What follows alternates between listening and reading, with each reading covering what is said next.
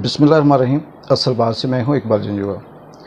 नाज़रीन, आज इमरान खान ने भी बड़ा हंगामी ख़िताब किया और उसमें उन्होंने बताया, इंकशाफ किया कि उनके पास जो रिपोर्ट है और बाकी तमाम बातें जैसे रूटीन से वो करते हैं। उसके बाद उन्होंने कहा जी कि मुझे इस बात का ख़दशा है, मेरे पास ये मुकम्मल इत्तलाहत हैं कि ऑपरेशन किया जाएगा ज़मान पार्क का, और यहाँ पे कुछ जो लोग होंगे वो सिविल कपड़ों में पीटीआई के कारकुनों के साथ मिल जाएंगे, और जैसे वो पीटीआई के कारकुनों के साथ ये शो करेंगे कि वो पीटीआई के लोग हैं, ऊपर से पुलिस वहाँ पे अटैक करेगी या ऑपरेशन करेगी या जैसे भी है, तो यही लोग फायर करके 5 पुलिस वालों को मारेंगे या 2-4 पुलिस वालों को मारने के बाद फिर ये इल्ज़ाम लगाया जाएगा कि पाकिस्तान तहरीक-ए-इंसाफ दहशतगर्द तंजीम है, इन्होंने पुलिस वालों पे फायर किया और इसके बदले में वो मुझे भी गिरफ़्तार करेंगे, मुझे मारने की कोशिश करेंगे। ये मॉडल टाउन मॉडल भी हो सकता है और ये मुर्तज़ा भुट्टो की तरह मुझे कत्ल भी किया जा सकता है। ये बात सिर्फ इमरान खान ने नहीं कही, बल्कि जितने भी रिपोर्टर हैं जो अंदर की खबर जानते हैं, व्लॉगर हैं, उन्होंने भी इस चीज़ का इज़हार किया कि आज या कल ज़मान पार्क में एक सख्त किस्म का ऑपरेशन होने जा रहा है और उसमें ये कहा जाएगा कि इमरान खान को गिरफ़्तार करें या फिर इस पार्टी को बैन करें। ये एक तरफ की बात। दूसरी तरफ आज पार्लियामेंट में राना सना ने जो अपना ख़िताब, तो हर क्या उन्हें कहेंगे, जो उन्होंने बात की उसमें उन्होंने ये कहा कि हमें हुकूमत इजाज़त दे, ये मिलिटेंट जत्था है, पीटीआई दहशतगर्द जमात है, वहाँ पे ऑपरेशन करना ज़रूरी है और लॉ इन्फोर्समेंट को इजाज़त दी जाए कि वो ज़मान पार्क के ऊपर ऑपरेशन करे और इनको गिरफ़्तार करे और इनको तहस नहस करे। ये दूसरी तरफ का जो इशारा था वो ये था। अब ऐसी सूरत हाल में ये बात बहुत आसानी से समझ आती है कि इमरान खान के ऊपर इन्हें अटैक करके देखा, नाकाम हुए। इमरान खान के बकौल 147 एफआईआर उस पर दर्ज हो चुकी हैं, जो कि आलमी रिकॉर्ड नहीं बल्कि इसको ये रिकॉर्ड के तोड़ ही नहीं सकेगा, उसमें भी वो नाकाम हो गए। 147 एफआईआर में दहशतगर्दी की भी हैं, जैसे कत्ल की भी हैं, अमन व अमान के ख़िलाफ़ मतलब मुल्क के हालात ख़राब करने की भी हैं, गद्दारी की भी हैं, और बाकी जितने भी दफ़ात पाकिस्तान के अंदर किसी एक शख्स पे लग सकते हैं वो सारे दफ़ात लगाकर 147 यानी 150 के करीब एफआईआर दर्ज हो चुकी हैं। उसमें भी ये जो पीडीएम का जत्था है, ये जो मुसल्लत की गई हुकूमत है, ये नाकाम हो चुकी है। उसके बाद इन्होंने केस पे केस करके एक पेशी इस्लामाबाद में, एक पेशी लाहौर में, नाकाबिले ज़मानत वारंट गिरफ़्तारी जारी करवा कर इन्होंने देख लिया और वहाँ पे भी ये नाकाम हो चुके हैं। इस्लामाबाद में 18 तारीख को जो पेशी थी इमरान खान की, उसमें भी एक मोइज़ाती तौर पे इमरान खान बचे और उसमें जो कुछ उनसे हो सकता था उन्होंने किया। लेकिन वाकई ये बात सही है कि एक प्लान इन जैसे लोग करते हैं और एक प्लानिंग अल्लाह की होती है, जो ऊपर बैठा सब कुछ देख भी रहा है और जिसके कब्ज़े में कुदरत की वो सारी चीज़ें हैं जो उसके कहे बगैर एक पत्ता भी नहीं हिलता। उसमें भी ये नाकाम हो गए। फिर इन्होंने इमरान खान के ऊपर करैक्टर असैसिनेशन, बहुत छोटा सा लफ्ज़ है, इसकी एहलिया पे, इस पे ऐसे नाजायज़ इल्ज़ामात लगाए कि वो भी अखलाकियात के आखिरी दर्जे में भी अगर हम कहें तो उसकी कोई मिसाल नहीं मिलती। उसमें भी ये नाकाम हो गए क्योंकि लोगों की जो तवज्जो थी, लोगों की जो मोहब्बत थी, वो हटाने में ये बिल्कुल फ्लॉप रहे। ये जो भी बयान देते थे, ये जो भी नैरेटिव बिल्ड करते थे, वो वापस इन्हीं के ख़िलाफ़ जाता था। फिर अब इनके पास आखिरी ऑप्शन ये बचा कि इमरान खान के ऊपर दहशतगर्दी का या फिर इस पार्टी को बैन करने के लिए वो तमाम तर हरबे इस्तेमाल करने की कोशिश की है, जो किसी एक शख्स को या किसी एक जमात को मुकम्मल बैन करने के लिए होते हैं या फिर किसी एक शख्स को रास्ते से हटाने के लिए किए जाते हैं।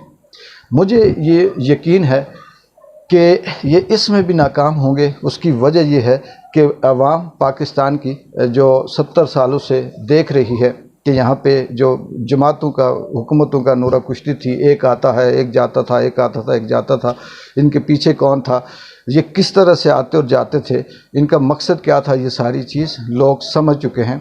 और ये भी इमरान खान ने प्रूव करके दिखाया कि इस मुल्क के लिए, इस अवाम के लिए, इन लोगों के लिए कौन है जो हमदर्दी रखता है, जो गोलियां खाकर भी यहाँ है, जो 150 मुकदमात एफआईआर दर्ज होने के बाद भी इस अवाम के अंदर है, जो अपने ज़मान पार्क अपने घर के अंदर बग़ैर किसी सर्च वारंट के, बग़ैर किसी रिपोर्ट के ऑपरेशन हुआ, वहाँ पे तबाही हुई, वहाँ पे मार दाड़ हुई, वहाँ पे तोड़ फोड़ हुई, वो फिर भी यहीं है। उसकी बीवी पे इल्ज़ामात लगाए, वो फिर भी यहीं है। उसको ऑफ़र दी गई कि तुम्हारे सारे केस माफ़ कर दिए जाएंगे, तुम यहाँ से बाहर चले जाओ, उसने कहा मैं नहीं जाता, वो फिर भी यहीं है। और उसके कारकुनों को ग्रैंड ऑपरेशन के नाम से सैकड़ों की तादाद में पीटीआई के लोगों को गिरफ़्तार किया गया। कुछ मोअज़्ज़िज़ीन जो पीटीआई के थे उनको नंगा करके, टॉर्चर करके उनको हरासा किया गया, वो फिर भी यहीं है। उससे सामने अपनी मौत नज़र आती है कि कोई भी अंधी गोली आ सकती है, उसे शूट कर सकती है, लेकिन वो फिर भी यहीं है। उसके बकौल, इमरान खान के बकौल, कि मैं जब भी पेशी पे जाता हूँ तो अपनी बेगम को ये कह के जाता हूँ कि शायद ये तेरी और मेरी आखिरी मुलाकात हो। इतना जानने के बावजूद भी वो शख्स इस मुल्क के अंदर है, वो शख्स इस अवाम के अंदर है, वो शख्स इस मुल्क की जंग लड़ रहा है और हकीकी आज़ादी की जंग लड़ रहा है। ये एक तरफ है। और दूसरी तरफ 50 रुपए के स्टाम्प पे जिनके ऊपर अरबों खरबों के मनी लॉन्ड्रिंग के केस हैं, करप्शन के केस हैं, झूठ के केस हैं, कत्ल के केस हैं, मॉडल टाउन जैसे थाने के केस हैं, और हुकूमत के अंदर तमाम जो इदारे हैं, चाहे वो अदलिया है, चाहे वो इस्टेब्लिशमेंट है, उनके ख़िलाफ़ बातें करने के उनके पास सारी चीज़ें मौजूद हैं, लेकिन वो मुल्क से भागे हुए हैं।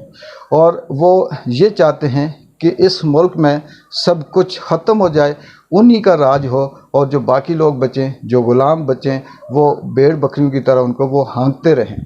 इसलिए शायद कि ये ज़मीन उनको कहीं जेज़ में मिली, या ये पाकिस्तान उनको किसी ने तोहफे में दिया कि सिर्फ जो कुछ करेंगे वही करेंगे, बाकी कोई नहीं कर सकता।